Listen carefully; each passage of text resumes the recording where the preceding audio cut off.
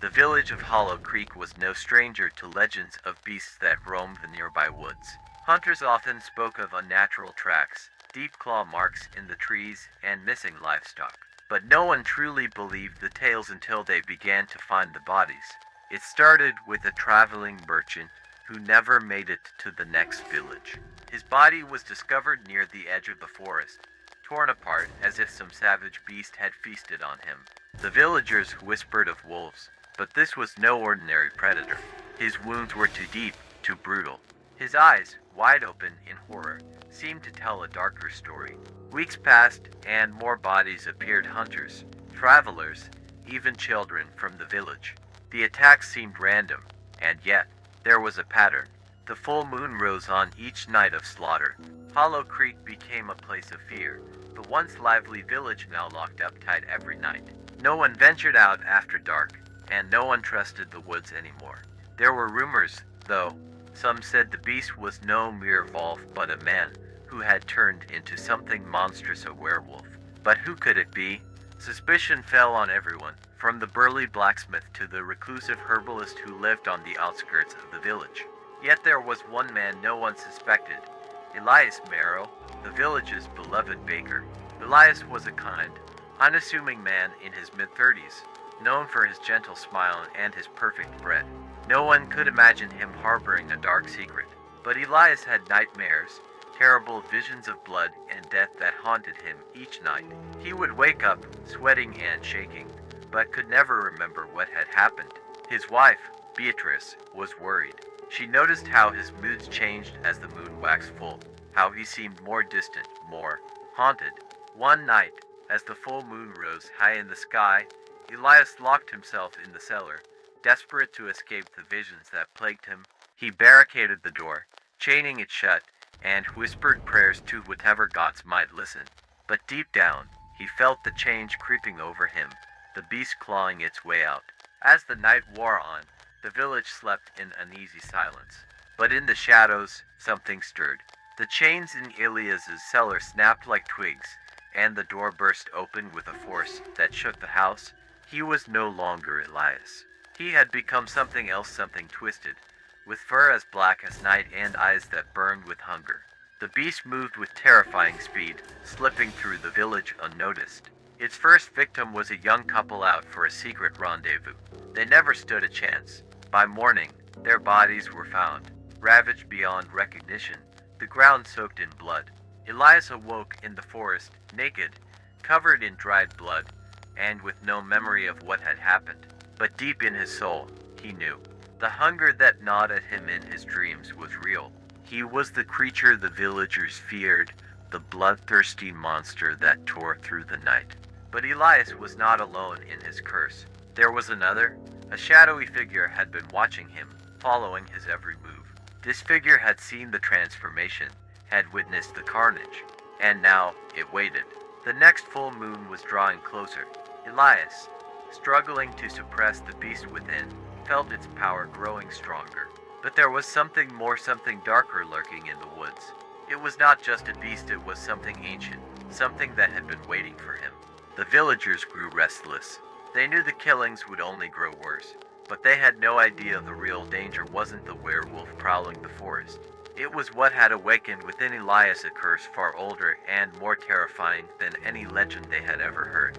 And so, the moon rose again, casting its silver light over Hollow Creek. As the villagers braced for another night of bloodshed, Elias felt the beast stir once more. But this time, it wasn't just hunger that drove him, it was something darker, something that called to him from the shadows, something that waited to feast not just on the living but on Elias's very soul. The story of Hollow Creek was far from over. In the heart of the woods, something far more monstrous than a mere werewolf was awakening, and it was hungry. Elias stumbled back to the village the morning after the carnage. His clothes were torn, his body covered in dried blood, and his mind a fog of confusion. He couldn't remember anything from the night before, but the weight of what he had become pressed heavily on his heart.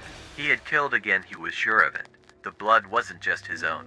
He made his way through the village, unnoticed by the few villagers brave enough to venture out during the day. Hollow Creek had become a place of dread, and people kept to their homes as much as possible. As he neared his bakery, Elias heard a familiar voice. Elias! Beatrice rushed toward him, her eyes wide with concern. She had been up all night searching for him. Her hands trembled as she touched his arm, taking in the sight of the blood and the dark circles under his eyes. What happened to you? Where were you? Elias pulled away from her touch, shaking his head. I don't know, he whispered, his voice hoarse. I can't remember. Beatrice's face twisted with fear. She had heard the rumors of the beast, had seen the bodies. But how could Elias, her gentle husband, be connected to such horrors? She refused to believe it, but the growing dread in her heart told her otherwise. Elias locked himself away in the bakery cellar again that night, reinforcing the door, bolting the windows, and chaining himself to the wall. He could feel the full moon's pull growing stronger, the beast clawing at his insides, desperate to be free. But as the moon rose, something strange happened. Instead of transforming into the monstrous creature he feared, Elias felt a cold, dark presence wrap around him, tightening like a noose. His limbs grew heavy, and his vision blurred as whispers filled the air, soft, insidious voices that chilled him to the bone. Come to us, Elias. The shadows in the room seemed to twist and bend, forming shapes, figures with glowing eyes and fanged smiles. They circled him, their whispers growing louder, more urgent. You are ours. Panic gripped him, but he was powerless to resist. The chains that bound him shattered effortlessly, and he stumbled forward, compelled by an unseen force. The cellar door creaked open on its own, and Elias was led out into the night by the shadows that had taken hold of him. Outside, the village lay eerily still, bathed in the moon's pale light. But something was wrong, terribly wrong. The streets were empty, not just because of fear, but because something had drawn the villagers away. Elias's body moved on its own, his legs carrying him toward the edge of the forest. There, just beyond the trees, he saw them, every villager from Hollow Creek, standing in silence, their eyes wide and unblinking, staring toward the darkness of the woods. What is this? Elias gasped, trying to shake off the unnatural force controlling him. The shadows around him whispered again, their voices slithering into his mind like 1,000 writhing serpents. You are the key, Elias. You have awakened the hunger. Now, we feast. A tall figure emerged from the tree's pale, gaunt, with long, sharp claws and glowing red eyes. Its mouth twisted into a grotesque grin, revealing rows of jagged teeth. The creature was ancient, its very presence exuding a dark, malevolent power that sent shivers down Elias's spine. It was no werewolf. It was something much worse, a creature born from an ancient curse, a being that had slumbered beneath the forest for centuries, feeding off the fears and blood of Hollow Creek. The creature's eyes locked onto Elias, and for the first time, Elias felt the beast inside him tremble with fear. You have served your purpose well, the creature hissed, its voice like nails on a chalkboard. But your hunger is nothing compared to mine. The creature raised its arms, and the ground beneath the villagers trembled. Roots, dark and twisted, burst forth from the earth, wrapping around the villagers' feet, pulling them closer to the creature. Their eyes remained blank, as if entranced by some terrible spell. Elias tried to scream, tried to fight against the shadows that held him, but it was useless. He watched in horror as the creature extended its claws toward the nearest villager, a young girl named Maria, no older than 10. Her face remained expressionless as the creature's claws sank into her chest. Elias's heart pounded in his chest. The creature's hunger wasn't just for blood, it was for life itself. It was devouring their souls, feeding on their very essence. And there was nothing Elias could do to stop it. The shadows whispered around him again, this time with a note of triumph. Soon, you will join us, Elias. Soon, you will become one with the darkness. But just as Elias was about to give in to despair, a voice soft yet strong cut through the whispers. Elias. He turned, his vision clearing for a brief moment. Beatrice stood at the edge of the village, her face pale but determined. In her hand, she held a strange object, an amulet that glowed with a faint, golden light. I won't let them take you, she said, her voice steady despite the fear in her eyes. The creature snarled, its eyes narrowing in anger. Foolish woman, you cannot stop what has already begun. But Beatrice didn't waver. She stepped forward, holding the amulet high. I don't care what you are. You won't take my husband.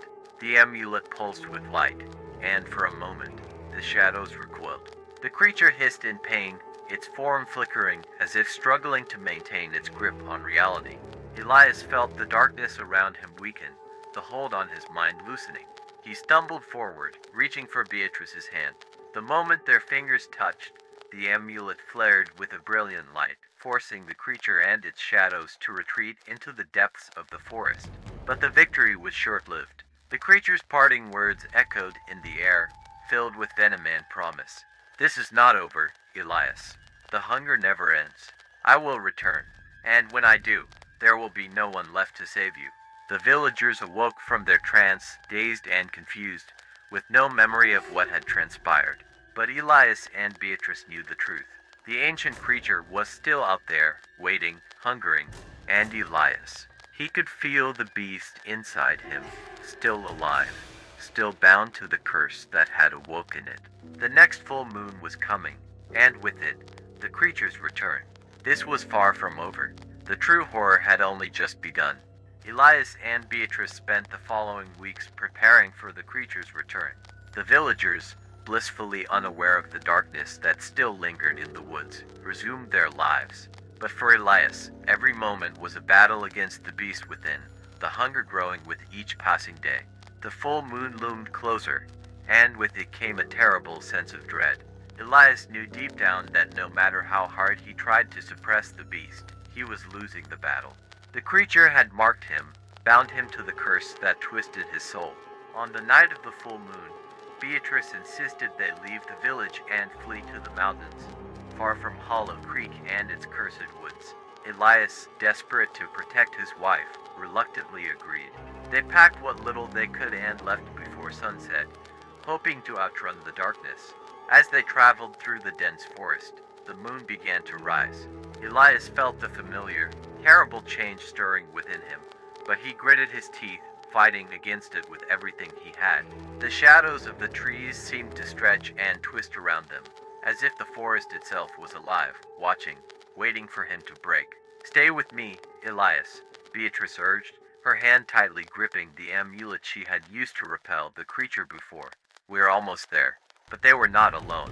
From the depths of the forest, the creature emerged, its grotesque form illuminated by the pale light of the moon.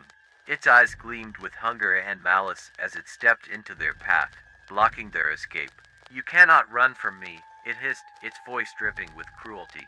The hunger binds us, Elias. You are mine. Elias trembled, the beast inside him roaring to be released. He looked at Beatrice, his eyes filled with fear.